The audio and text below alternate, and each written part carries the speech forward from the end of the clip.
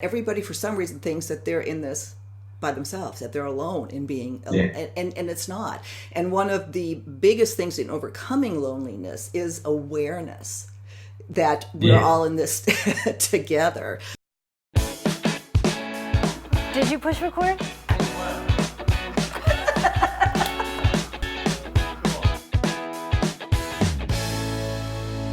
Thanks so much for tuning in to Second Act TV.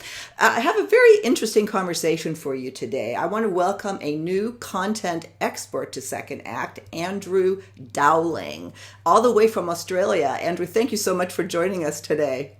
Great to be here. Well, here's why I'm telling you that I think it's a very interesting topic. You know, we do a lot, Andrew, on dating after 50, restarting over 50. You know, a lot of our platform and our audience they're recreating life. A lot of things have happened, a lot of changes have happened. And I ran across your information doing some research on online dating. And here I run across Stitch, an online community dedicated to companionship versus, you know, what so many people are hesitant to do is online dating. So what I'd like to do is just have you briefly tell us what Stitch is, because we're going to dedicate a whole other segment to it. But the reason you founded it, which we've done lots of content on that as well, and that is this epidemic of loneliness that especially affects us in life after 50. So Andrew, I'll throw it over to you. Tell us about Stitch and why you founded it. Yeah, look, I mean, it's a great intro. So again, you're right. We have a community for people 50 and up, and that's quite a broad spectrum with people in right across the US, Australia, the UK, and so on. And we don't make a distinction when people are looking for, you know, what is companionship really? It's a pretty, again, really broad spectrum.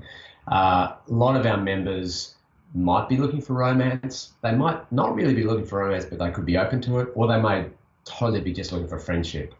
And so to your question about why we started it, I guess I'll come back to the community in a minute. I was lucky enough to, so I've got a background in technology, but I did a did a master's thesis on social enterprise. So the idea of businesses that they're not a charity, they're actually running a business, but they have a mission. And the more successful they are, the bigger the impact they can have. And I remember hearing about that for the first time. I thought, wow, that's just so cool. What is it out there that I can work on? But we found ourselves inside a lot of these active adult retirement communities, particularly in California and other locations, and that's 55 and over. And they're designed around, you know, one of them in particular in the Bay Area called Walnut Creek has about 10,000 residents. And, you know, there's got golfing and social communities. And so from the outside, it looks like these places are made for social connections. But all these people kept coming up to us and saying, look, Andrew, this is great, I've got this tablet computer thing, but I already know how to use technology. What I really want is to can you introduce me to someone? Because I'm really lonely. So that was kind of the starting point. And as we got further and further into understanding the issue, we got exposed to, you know, the impact of loneliness on health, the fact that it's inevitable. You know, a lot of people hit a life event and go, oh my God, how's it happened to me? I'm the only one. But actually, guess what? It's coming for all of us at some point.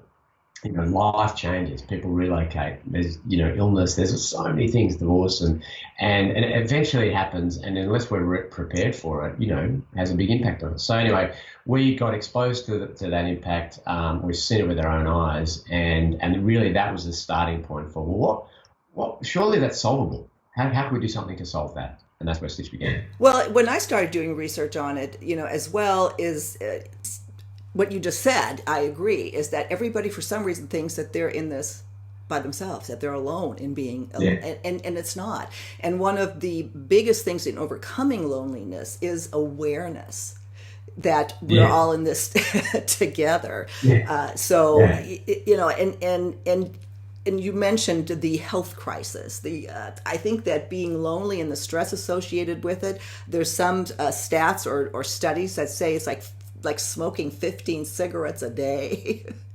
Absolutely. Yeah. It's astonishing. It's worse than obesity. It's worse than lack of exercise, poor diet, and the same as heavy smoking in terms of the correlation with being lonely and particularly social isolation, and what that means to you from a health perspective. Yeah, exactly. I think that I'm sorry. Go ahead.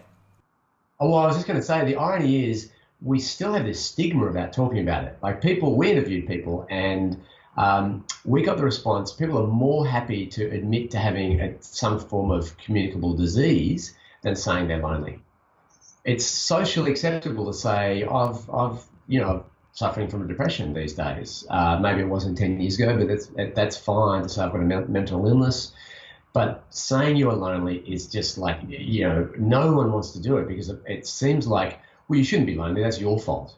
Whereas the reality is it's not. It's a part of life, and changing that narrative is a really important first step, I think, for a lot of people. Great point. I'm so glad you brought that up. I didn't that yes, the stigma of loneliness, that there's something wrong with me, people don't want to be, you just make all this stuff up in your head, yet it's one of the most normal things that we experience. Yeah. And I don't want this whole segment to be a downer because really what we're going to talk about today, and the whole purpose of getting with you and getting the word out is the fun of life. It's finding life, but it's so important, I think, that people understand the consequences, the devastation of it that can happen, and that it doesn't have to be like that because of great organizations out there, and a very unique one that you created, Stitch. Yeah, look, I think this is actually something we struggle with a little bit because when we first started talking about it, we wanted people to understand the issue, but you don't want to have on your website the whole time, oh, being lonely, it's terrible, blah, blah.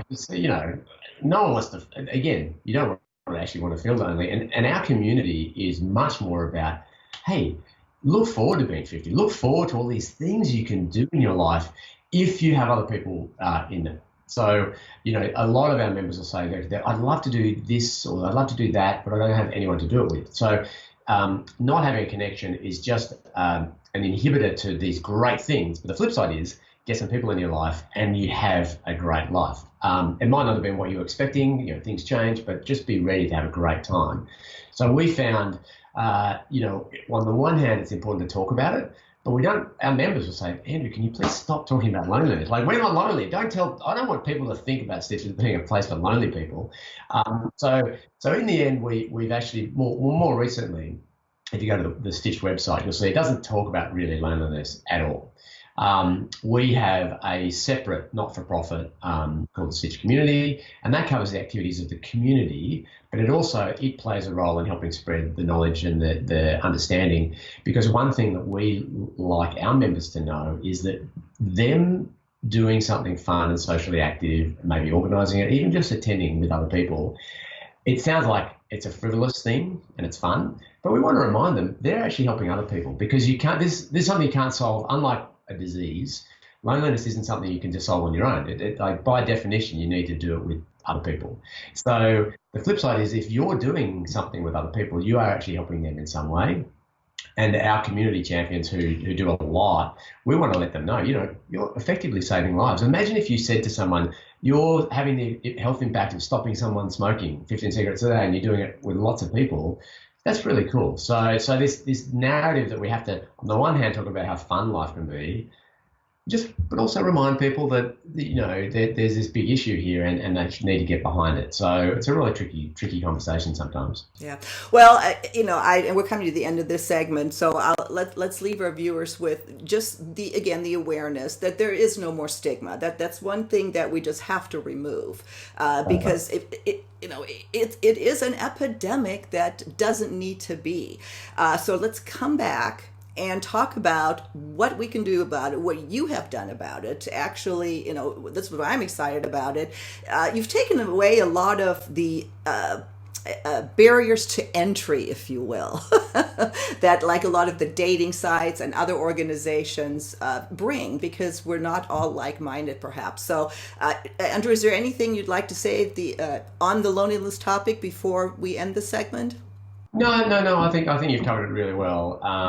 Although I think as we then move into starting talking about our community, but even the analogies with dating, one thing that we found, a lot of people get stuck and go, well, what do I do? How do I do anything about it? And they gravitate too often towards dating sites because they're set up to help you find someone. But actually, when we've interviewed a lot of our members, and quite a lot of Stitch members have used dating sites and they've just given up on it because it actually can increase your sense of isolation and loneliness. It can be, I mean, you can meet the love of your life. Don't get me wrong. It can be fantastic.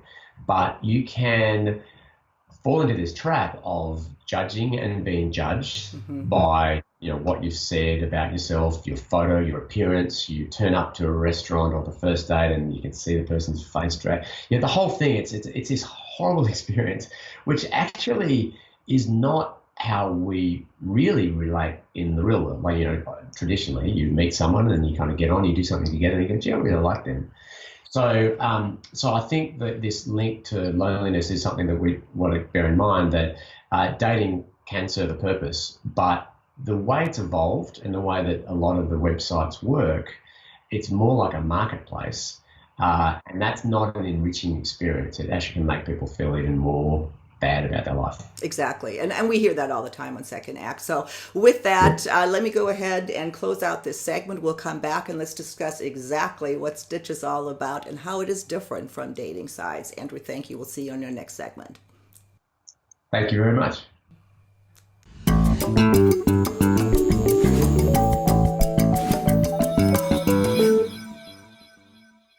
For more information on living your life to the fullest after 50, please visit our website, secondact.tv. And don't forget to subscribe to our channel.